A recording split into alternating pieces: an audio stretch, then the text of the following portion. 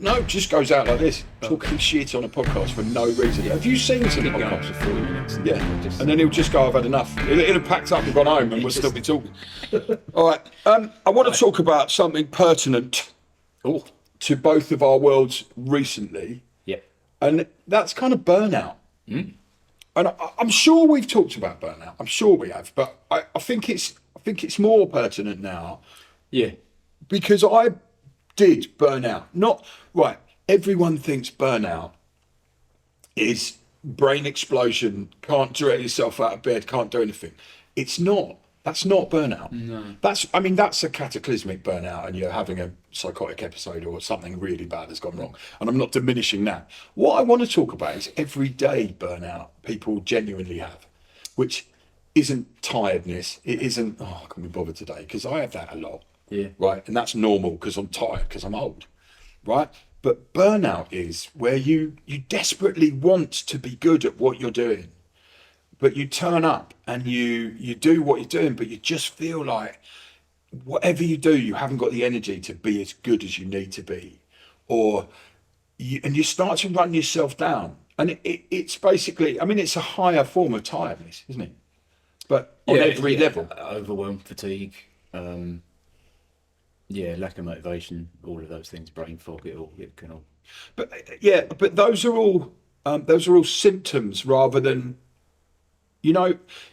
so if you hear the word burnout, everyone uses the word burnout. Oh, I'm burnt out. Yeah, it's down to I'm burnt out. If you sat there and you cognizantly say I'm burnt out, you're not.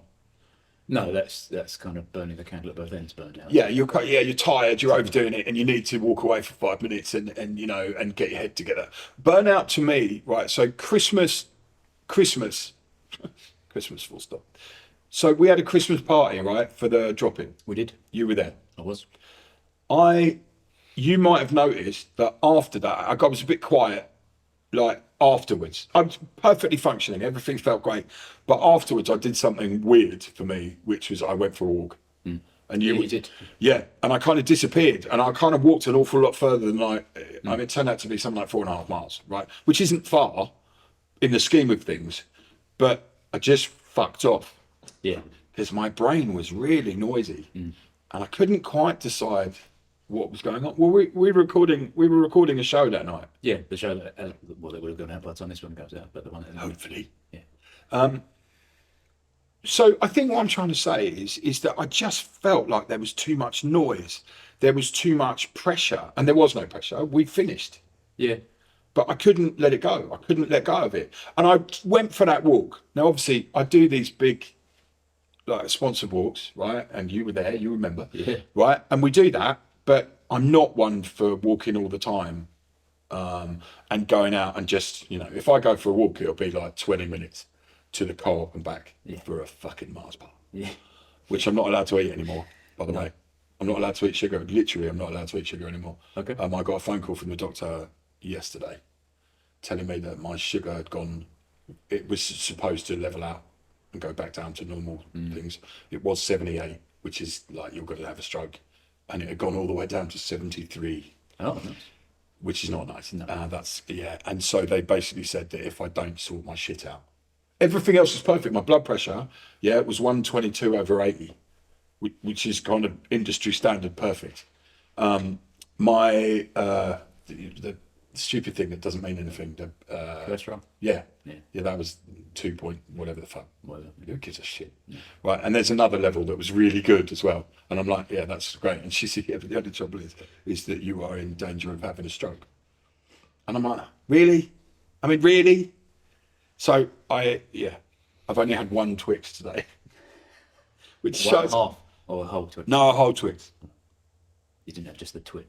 No, I had the Twix extended version. Right, anyway. I'll let you into a little secret inside my life. I laugh about biscuits. Yeah. Right, and that's a joke. That's not a joke. No. I open that and I will eat the fucking lot. Right. So I haven't done that for a while. No. Which is kind of useful. Anyway, so back to burnout. Yeah. I felt like I was at the edge of something, but I didn't know what it was, and I couldn't take the next step because I didn't know what was happening. Right? I wasn't having a psychotic episode. This wasn't I'm having a breakdown. This wasn't I'm falling apart. This was everything is at too much. Yeah, and I think sometimes that happens, and it's probably not quite the same thing, but I used to see a similar thing with my dad, where you come to the end of all the pressure. You knew Christmas was coming. Obviously, there's more pressure for Christmas, but you knew all your sort of responsibilities with charity, responsibilities with the podcast, all of that, all of the noise was just about to stop. And I think sometimes, a bit like when you go on holiday and then you get a cold straight away because your body's been hanging on for you not to, you know. And my dad used to be like that. He'd get through Christmas. January was always the worst month, and he'd often have a massive drop in January, and that would often be the time he'd get sectioned and put into hospital. Right. Because he was hanging on and doing his best to sort of not exactly be the life and soul. He wasn't exactly a social person, but hanging on to make sure Christmas is okay for everyone. Yeah. But the financial pressure and the pressure to be everything over Christmas, I think sometimes pushed him over the edge. Yeah. So that's what came to mind when you said that maybe that was your body going, right, okay, it's time to go there. Yeah. And you went off and just got a bit of nature and a bit of air and a bit of peace and a bit of space, maybe as a bridge to the Christmas break.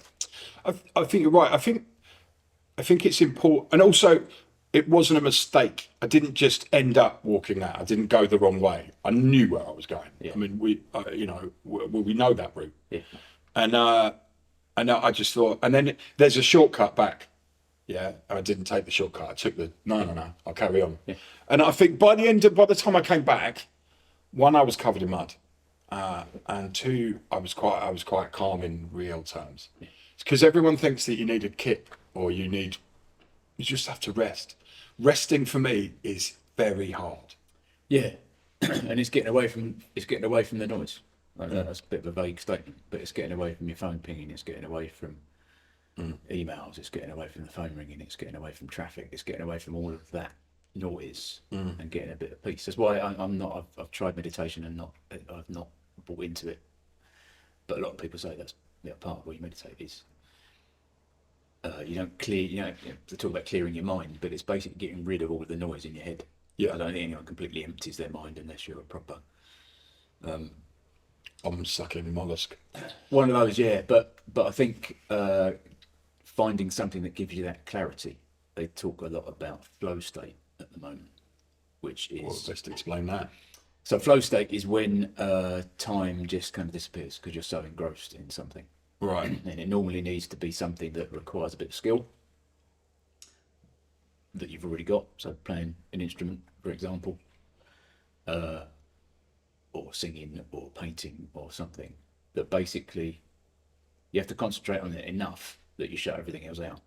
Welding for me. Yeah, there you go. That works. Yeah. Because I lose that. You lose hours. And even walking in nature is a fairly simple one, but normally something that needs a bit of skill. So it's something that potentially you've done since childhood, which I guess probably wasn't the case with you welding, but right. But whether kicking a ball around, whatever. Sometimes it's driving, Yeah. It's good to drive. A lot more recently, I've driven without music than without the radio on, just to have you actually get a bit of space. Do you know what? I do that. I do that. Right. So when I'm at work at Druglink, there are two houses. And there is there's a 5-minute drive between two houses. And I have to go to each house a couple of times a day or whatever. And right. It's not because the radio in my car is broken, right? Because actually I could fix that quite easily, but I don't. And I get in the car and I don't answer my phone and I don't text anyone because I'll die if I do. But that piece sets me up to go into that house, because obviously dealing with Alex, I don't know what I'm walking into. And it could be anything. It could just be a row with somebody about not picking up their shit or, doing what they're supposed to do. But I find that piece in that car, that just 5 minutes gives me the ability to cope with that. The reason I wanted to talk about this burnout thing is just because I don't think you really understand burnout until you've had it.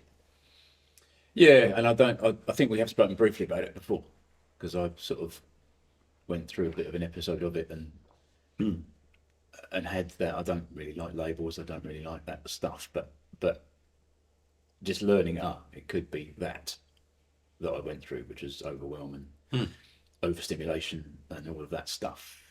I sort of thought I sorted it out by going off for a few days and walking around the Peak District or down in Devon or whatever. But then you come back and then you realise it's actually your bad habits that take you to that point. Right. So that brings me to the whole cycle thing of life. If you don't change the way you do something, it doesn't matter how long you rest in between you doing it. Yeah. You will just revert back. It's almost like, everyone goes, oh, it feels like I haven't been away and I've just had a 2-week holiday. That's because you haven't been, because you haven't changed the way you do things. Yeah. And your brain just relates straight away. And I'll tell you now, I've changed nothing about the way I work, right? I haven't done my tax return and it's the 6th of January. So my accountant is starting to flap at me. And I do this every year because I'm avoiding it. Yeah. Because I haven't got any money because my car just cost me £1,300. So Yeah, it's not an unusual thing, I think. do you know what I mean? And that's it. But also, I do happen to know that my business was going down the toilet, and I had to go and get a job.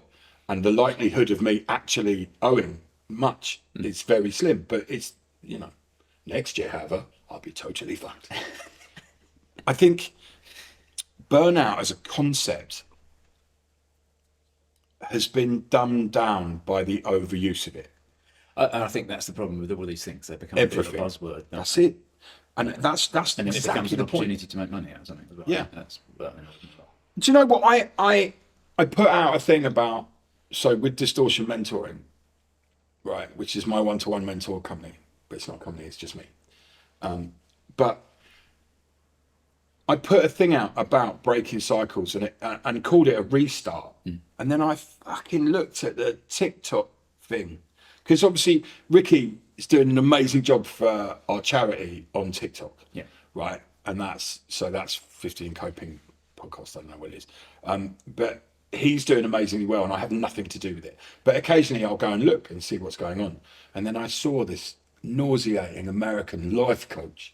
And we know how much I hate that concept. Going, you know what you need? You need a restart button. And I thought, oh, fuck me, I've done it. I bought into the bullshit. And then I went, no, hold on, go and read what you wrote. And what I wrote was actually intelligent, well thought out reasoning about breaking cycles and retraining yourself to do something not properly, because you weren't necessarily doing it wrong before. No. But you have to break cycles. It's the same with addiction. If you don't break the cycle of addiction, you're going to die. Yeah. To be melodramatic about it all. And I broke the cycles of one addiction, and then it became another addiction, and now I'm addicted to sugar, which I have to stop for medical reasons. And I'm realistic enough to realise that that's now become serious enough for me to take notice. So I didn't go and buy 5 packets of Maryland cookies and eat them all, because that might be suicidal. Yeah. And I know a few people who have had strokes and they are life-changing, even if they are just small. That changes the chemistry of your brain, right? So, I don't, and I'm not making light of strokes and all of that, but my coping mechanism is to look at the situation I am now in, which again has become serious, and try and laugh at it a little bit. But behind that laughter, I'm thinking, okay, I'm in the shit now. Same way I had to deal with drugs because I was going to die, being melodramatic. Same way I had to deal with alcohol because it was starting to come on top, right? Burnout isn't being tired. Burnout isn't having had enough of one situation. Burnout is overwhelm, is an inability to be what you need to be to do your job. And a collection of all these things. I mean, we were talking briefly about, the generation, your daughter's generation and that age that has a completely different perception of forward motion than ours does.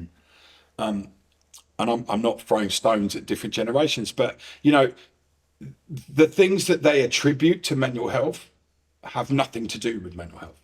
Because the buzzwords as they grew up were, you got to protect your mental health, you got to do this, you got to do that, blah, blah, blah. Yeah. And then that's all been bastardized by the general noise on these things. So finding the truth about mental health and how to cope and what to do. Everyone who says they have a mental health problem goes, oh, I don't believe in CBT, it doesn't fucking work for me. Well, why do you feel you need to rebel against that? Right? Cognitive behavioral therapy does not work for everyone. Firstly, we'll say that, right? But if you don't try it, how do you know? Right? Yeah. So it's like me in all those years going, oh, I'll live forever, I'll take as many drugs as I like, I don't need to stop, I don't need to cope. Well, yeah, hey, fuck, 5 years later, kidney's dead, see ya. All I'm asking everyone to do is to not buzzword everything to death, and that's what's happening. Yeah. I think I might have mentioned it on here before. The whole it's okay not to be okay thing. But I think the principle of it is correct. It's hopefully helping people to open up, but it isn't okay not to be okay. You want to be okay, surely. Yeah, but also, but it's almost become a badge of honour, isn't it? I'm not okay. Right. The only problem I have with this conversation right now is that I do not want people to think that they shouldn't speak up. They shouldn't say that they're not feeling well. They shouldn't say that they're not coping. You should say all of these things. Yeah, absolutely. But it should be fucking normalised, not buzzworded, not put on a pedestal. It should be normalised. So it isn't okay to be okay societally anyway, because your boss won't give a shit, right? He has to, by law, take a blah, blah, and HR will say, well, But then HR will turn around and go, well, if you self-harm in front of people, don't you think that will impress, that will, show them that, you've bled everywhere and that'll be traumatic for them? It's like, what? What are you talking about? Somebody's cut themselves because they need a decompress and you're worried about the perception of that in your company. That's what happens. Well, I worry, and that is from a real situation, by the way. That's just popped into my head. No names, doesn't matter who or what, but that's real. That happened. I worry for the generation below us, because when all of the buzz dies down, which, as you know, it does, all of the funding that got put into mental health and, all of that is starting to be rescinded. It's starting to be, taken away again very quietly, because it's no longer the big buzz thing. I don't know what the next thing is. Maybe I'm too old to see it. But what I'm telling you is that core big charities are now mainstream. So Mind are taking on talking therapies. Yeah. Right. Small charities like mine, yours, ours, are now dealing very much on the front line with people who have minor mental health issues. Right. Now, why shouldn't we? Well, I'll tell you why. Because one, nobody pays us for that. And we have become the answer. Now, that doesn't mean that I need to be paid for all this, but what I do need is to have the skills and capability to deal with it for the client. So when people get referred to me now, right, either for distortion mentoring or to come to the drop-ins or for me to look at them because they're in addiction, nobody pays us for that. We have to raise the money to help these people. What happens when we have a bad year? We had a great year last year.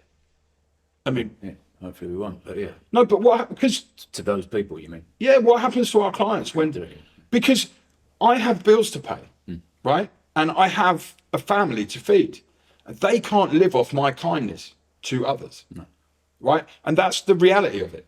Now, I don't get paid a shed lot of money for doing what I do, but there is provision for some of it, right? And I do a lot more, and I do things that possibly I should say no to, but if it doesn't feel right, then I won't. I'll go and do it, because I've made like a little pledge to these clients that I will take them where they need to go.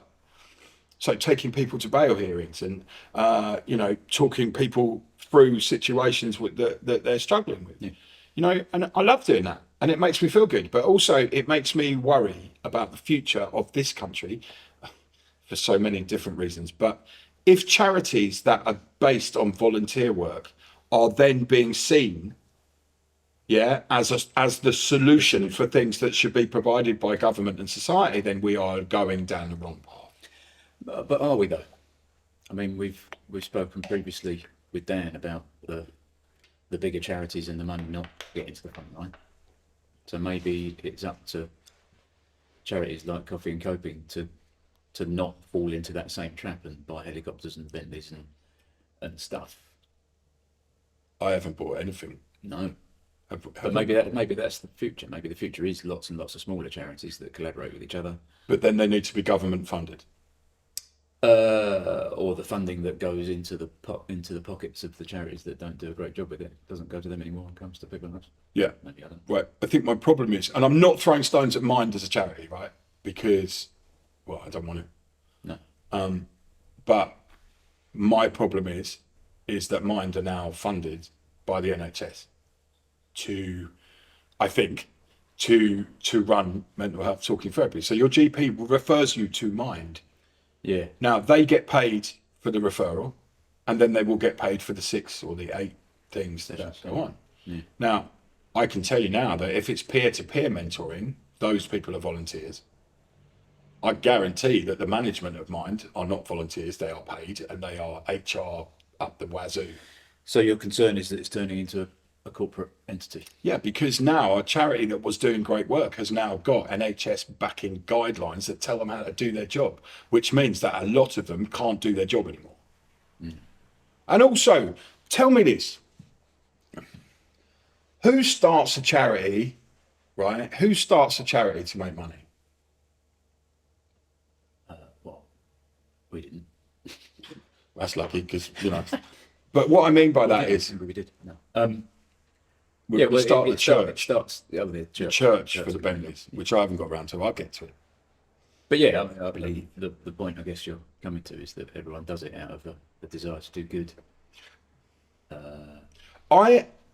Do you know why I did it? Have we ever explained that? I wanted to just fucking do something instead of talking about it. Yeah. So every time we talk to a bigger, not a bigger charity, a smaller charity, speaking to Chris Sibley, right? I fucking love that bloke. Yeah. I love him. He's amazing, right? And even though he's gone off to do a job, right, because he's got to pay for himself, right, he's still stuck in that, right? And his drive and his knowledge and his ability, I love it. But talking to him, it's the breakdown of community is the fucking problem. Yeah. And community being either provision for people in community or solitude or whatever, right? Whatever community means to you, that's what our charity does because I want to actually do something. And every fucking day I do. Yeah. And yeah, I need to get paid for some of it. Yeah, I need to, look at the realities of doing it all. But I have a day job to pay for most of my bills. Yeah. So I can do the charity work, right? And for clarity, transparency's sake, I do get paid. I don't get paid for the drop-ins. I get paid for the outside stuff that we've had funding in for. So at this point, I don't feel guilty about taking those payments because I worked fucking hard for that level. Absolutely. Yeah. So what I'm saying to you is that when you've got, the Red Cross has a chief executive on £1.2 million a year because he can get us around the right table. I don't want to be at a fucking table that costs me 1.2 million a year. No. I want to be at the table where there are 3 crackheads and somebody else who's hungry and provides sandwiches.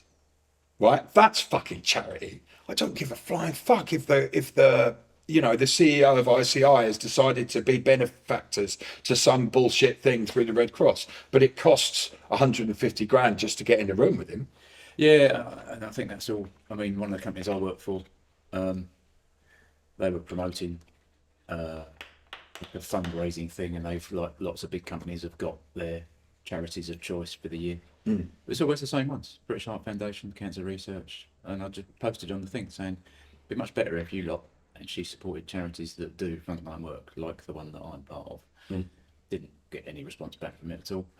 But some of it seems to me like it's coming across as, look at us, aren't we brilliant? We're supporting cancer research.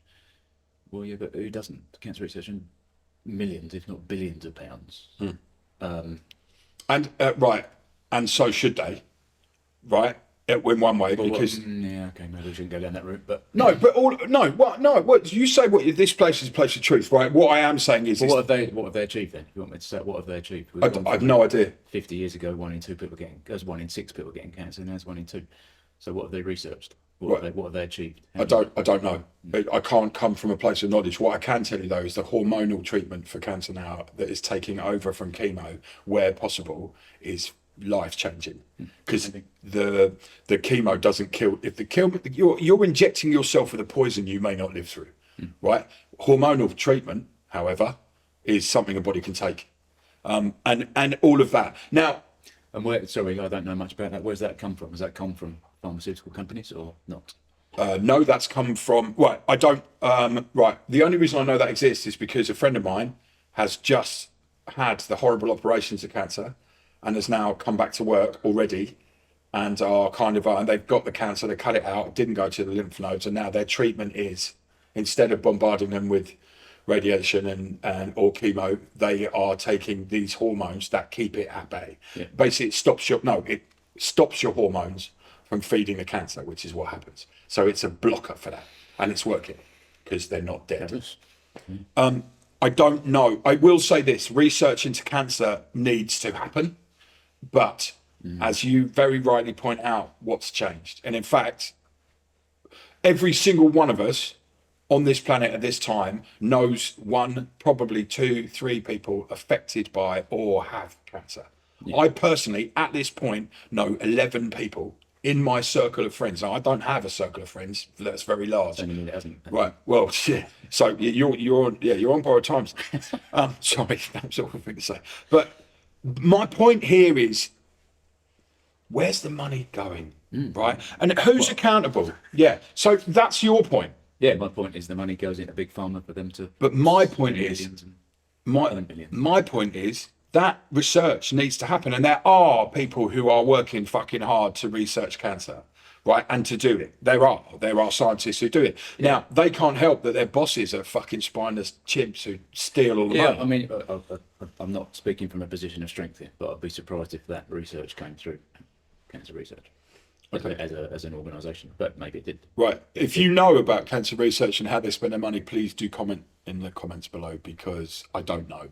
And I feel slightly guilty talking about that, where I will slam the Red Cross all day long, because I know they're cunts.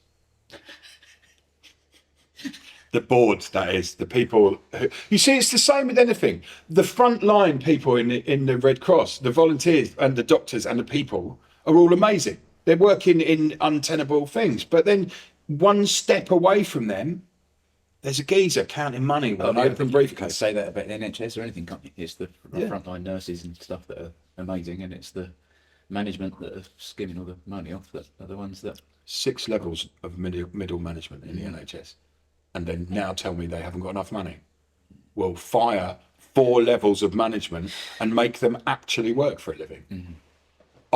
I know a lot of people who work for the NHS, right? I know a lot of people who are frontline, and they're all amazing. And I'm not that, it's COVID, bang a fucking saucepan. Fuck off with all that patronising twats. What I am saying, though, is the shit level they have to deal with, and the sadness and the grief that they go through, you know, with people dying all the time, is fucking heartbreaking, and they deal with it day in, day out. And thank you for doing that. Middle managers, you can fuck off. I've got no time for you. And I've said this 100 times. You've gone in and taken a job that literally removes money that could be helping me get a new hip, because I need one, and getting an operation done quickly enough to save someone's life from cancer. But you don't quite get there because the money man said, oh, there's no money. There's no money because there's too many twats. Right. So we've, as usual, meandered away from Burnout so far that it's actually funny. I think the most important point that we're trying to make in this is that if you look at all the buzzwords and then you look at the reality, they're very different things. Yeah, and I guess it comes back to one of my tenets, I suppose, of do your own research. You know, don't listen to the social media influencer. Work out what it means. Especially us. Don't listen to us.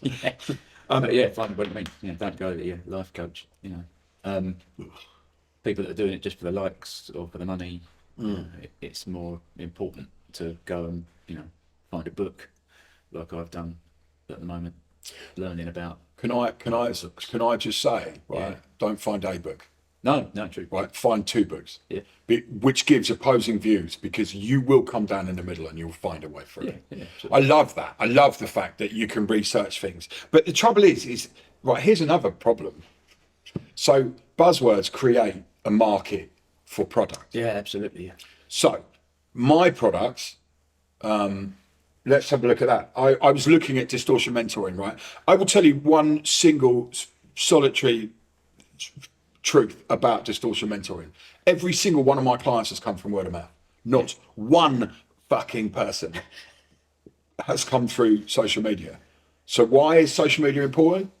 Because people who come to me are the ones that look on social media and see, right, oh, come now, Jim's doing that. Oh, Jim's doing this. Oh, what's he up to now? And the interest about what I'm doing is more about that. I'm not selling anything to anyone. I don't have an online shop to buy my fatuous quiz that answer 10 questions and you might find the world. I do have a mental health quiz, right? And I do, but people can get that for free. Yeah. And I'll tell you why. Because that mental health quiz, there's 10 questions that are totally fucking not like the widest spectrum of answers. But that gives me a starting point. Yeah. Right. You said on question 3 that you were struggling with this. Right. What's wrong with you with that? Yeah. Why can't you change what you're doing enough and doing? And that gives me an opening. And then I can stand in front of it. I guess some people are woken up by that. Oh, I didn't realise I could change. Did I? I think people. But I think you end up just being stuck with your lot, don't you? I think sometimes you need someone to say to you, so do you really need to be doing that? There are 2 sides to that. One, and this is very real, there are a set of human beings in this world that need permission to do things. Yeah. And I say to my clients quite a lot, I say, I don't know if you need permission or not, but I'm giving you permission to change this. Right, and every single one of them have come back to me and gone, do you know what? I changed this, and I don't mean that like, oh, fucking look at me. It's just what people need sometimes. Yeah, absolutely. Also, I'm an alpha male, right, and I don't change when I'm in counsellor mode. I'm not as accusatory. I'm probably not as sweary, but who knows? But what I am is convinced, right, that the person in front of me has come to me for a reason, and my only job is to find out what that reason really is. Yeah. Because everyone, I'm not well, I'm this, I'm that. So are you, what do you mean you're not well? Do you have a cold? No, I'm mentally not well. Okay, brilliant. What's happening? What's going on? Where are you at? If you're in addiction, have you tried breaking your cycles? Oh, no, I still live in the same house, same phone number, talk to the same drug dealing friend. It's like, right, well, you're fucked then. So why don't you best leave? Because I can't help you if you're not willing to change. You know, the geezer who gave me this wallet, right? This is the reason this is there, right? Okay, that's got JD, my initials on there, and it says forever grateful inside, right? The reason that's on the table today is not to say how wonderful I am, but it's to show that with a basic change of cycles and impetus in your life, right? Or a huge fucking change because you need to remove everything, ends in success. Mm-hmm. Right? And somebody helping you and talking you through for clarity, that's what I do for a living. Life coaches are more about standing on TikTok telling you that there is an easy path to change your life. It's not easy. Changing anything about your life. I can tell you, man, I spent 30 years in tattoo shops and I no longer have one. But as soon as I got out of that, which is no detriment to my shop. I loved my tattoo shop and up until the time I didn't, right? Now I'm doing this, right? I'm better off, probably mentally, definitely financially, because I'm no longer carrying the anchor of a shop, even though I still don't have any fucking money. But, you know, there's a future for me now where before it wasn't a future, it was when is this going to end? Yeah. And my brain, you saw it, I was miserable as fuck. I didn't know where to go. I didn't know what to do. Now, I am still miserable as fuck quite often because I'm old, right? But my life has changed. I've changed my cycles. My friends are still my friends because I wasn't in addiction, but my friends back when I was 16, 17 years ago when I was getting clean, I had to fuck everyone off out of it because everyone knew me because of cocaine or drinking or being some fucking wannabe fatuous rock star prick who didn't really know what he wanted. Times have changed. Yeah. And now I have enough strength of belief, which I would never have before, to help other people. And that's not arrogance. That's just knowing that if you don't change who you are and how you do things, you cannot change for the better. Yeah. Yeah. And believe me, there is no getting out of addiction without change. There is no better mental health without change. Now, change may be very small. Yeah, it can just be saying no more often. Yeah. You know, okay. I have been shown the 30-minute sign, which means we have 10 minutes left.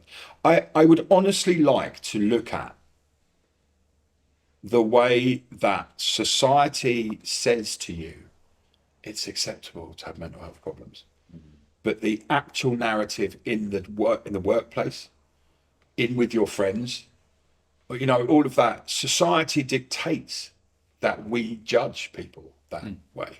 And we can be all, you know, saviors of the universe and, you know, Christians and nice people, but in the back of your mind you're going, do you know what, I just wish you could function so we could get our job done, right? And it's just, if you're part of a team of people, I hate that word, but if you're part of a team of people and you're pivotal and you're struggling, the acceptance of that is a long time coming, right?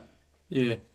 I wonder how we're talking about acceptance like it's something that doesn't happen. Do you see what I mean? I've got a mental health problem. Have you? Oh dear. Have you seen anyone? Lip service is Yeah, but yeah. But we're still not going to react to that. What's the reality of it? What is the way to you go? What can I do? Do you need to talk? All of those things are useful. It's all of that, and I think that's the positive side of this, is that people are starting to understand that rather than it's okay to not be okay, it's okay to tell people you're not, and it's also okay to hear people aren't. And quite often it's just, I think what you said there is exactly the right thing to do. Okay, well, is there anything I can do about that? Do you just want to talk? That question as well. Also, let's put a little caveat in there. If you are not prepared to listen, or your door is not open, or the kettle is not on because you've just said it to be a champion of Facebook, fuck right off. And I don't mean that in just being negative. I mean, don't do it. Don't say it. If you are mentally yourself not able to help somebody, right? Don't say that you can. No. Say, listen, I can relate. Don't ever say to anyone you know how they feel, right? And I'll tell you why. You don't know how they feel. You are not them. If you are in the same situation as somebody, yeah, it doesn't mean you know how they feel. If you say to somebody, I know how you feel, that makes it about you. And it's not about you, it's about them. Yes, so better to ask. So ask how they feel. And once you've done it, ask again. Because if you ask twice, according to the life coaches of the world, if you ask twice, then you'll get the real answer. I would say, if you've asked twice and they're not opening up, then you just say, okay, mate, if you need to talk, here I am, and I mean you, and walk away. People who have problems, right? And I'm not talking about earth-shattering mental health problems here either. I'm talking about struggling with every day. Maybe they've got a money issue. Maybe they've got a food issue. You know, whatever the fuck it is, right? You never know what level of gravitas you're dealing with. But what I would say to you is, you know, that thing where everyone, you know, we've said it 1,000 times, right? You say good morning to some old lady or an old man or a kid or a rough looking fucker who's confused by you, right? You do that, it changes their day for the better.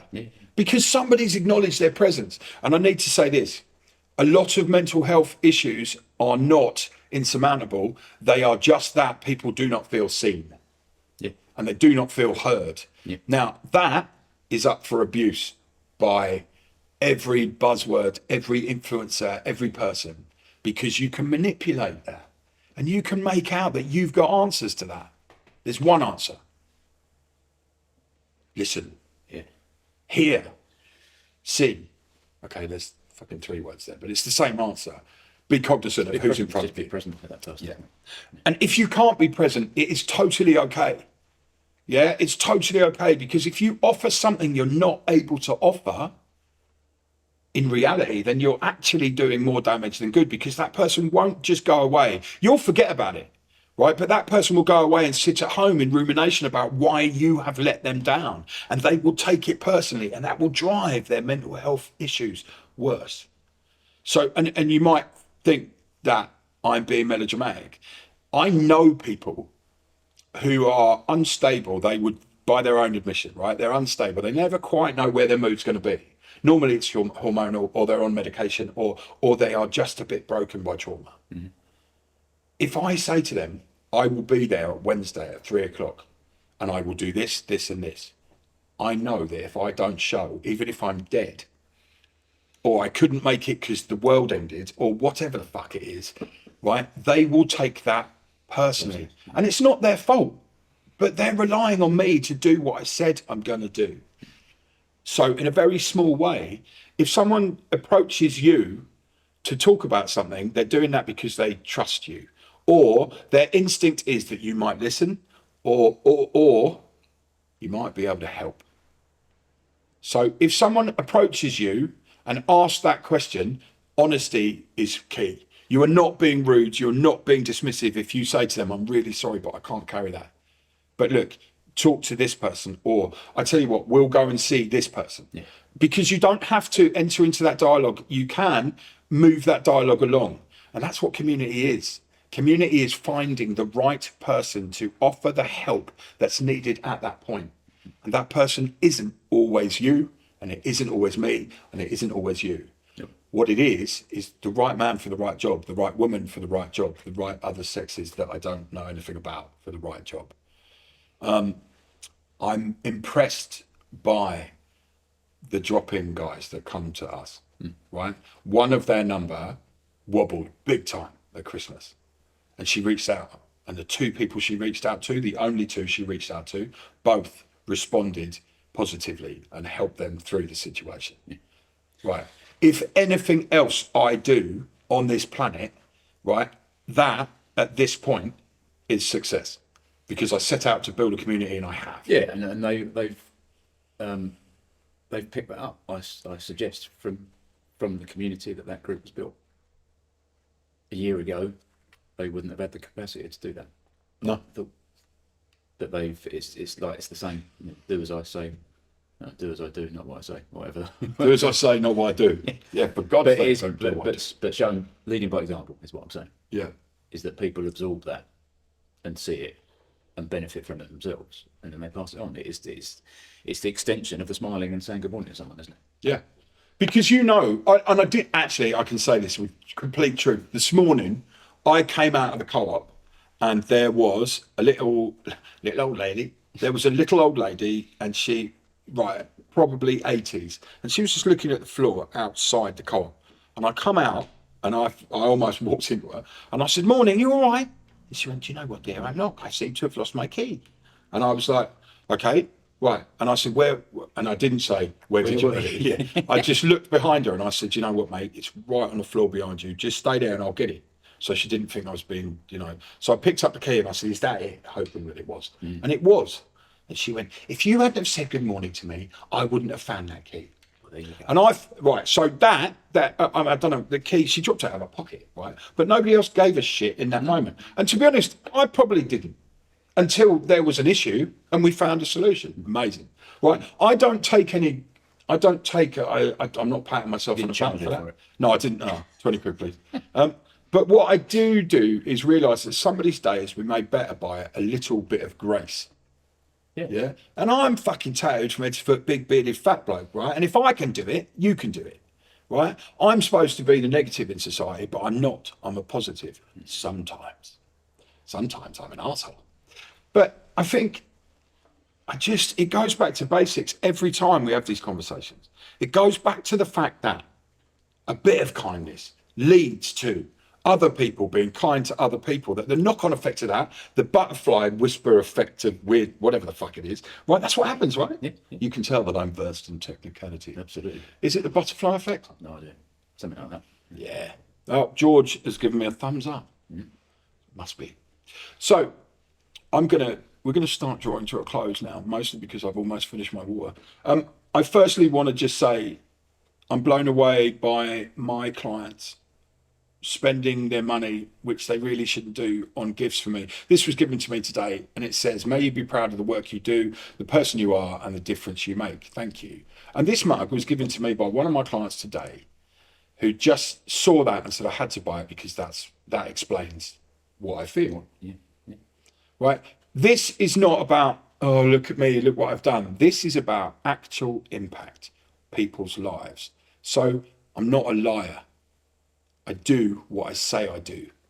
Yeah? And it's not about money. And it's not about looking like something I'm not. It's about, I'm telling you the truth. I'm telling you that small acts of kindness can lead to gratitude. But that gratitude isn't for you. It's for them to pass on. Yeah. And these clients are making a real difference in other people's lives too.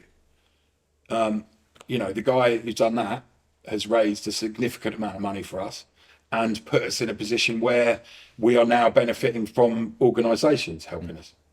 I am constantly blown away by the fact that my little bit of insight into what's going on in their life cuts through the noise, and sometimes we find solutions, but the solutions always come from the client. They're nothing to do with me. They already know what they want, but maybe they need permission. Maybe they need someone to check in on them to make sure that they are staying straight. I know that this guy relies on coming to see me at 12:30 every Saturday to keep him straight. Yeah. And if he's wobbling, or if he's got something to say that he can't say to his family are amazing as well, right? If he can't say it to them, he can come in this room and dump it all on the floor and leave it there. And he knows that. That's all it is.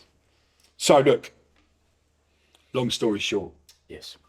bit of kindness, bit of awareness. Stop thinking of mental health as a buzzword. Think about it as part of the overall health system, right? But the health system's broken, so make it your own health system.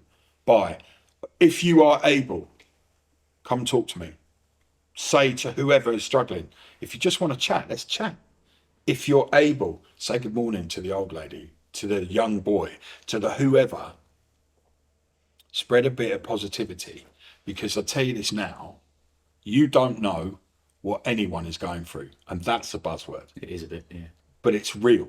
You don't know that I've just had a row with my wife that's caused me to leave my wife and my kids and my dog, and I've walked out of the house. You don't know that, because my face is rock. You don't know that. And when you talk to me and say good morning, I think, do you know what, I've been seen.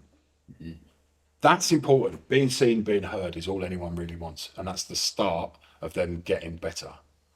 So if all day, every day, wherever you go, right, I'm not asking you to be a fool and start going, oh, good morning, hello, how are you, blah, blah. Every so often, pick somebody who looks like they need it and just say good morning or good afternoon or hello, right? If you do look like me, though, be very careful when you go up to strangers and say hello, because they think you're going to rob you, right? I'm not going to rob you. I'm just going to say hello. Excellent. I think that's important. 50 and coping. We will see you next time.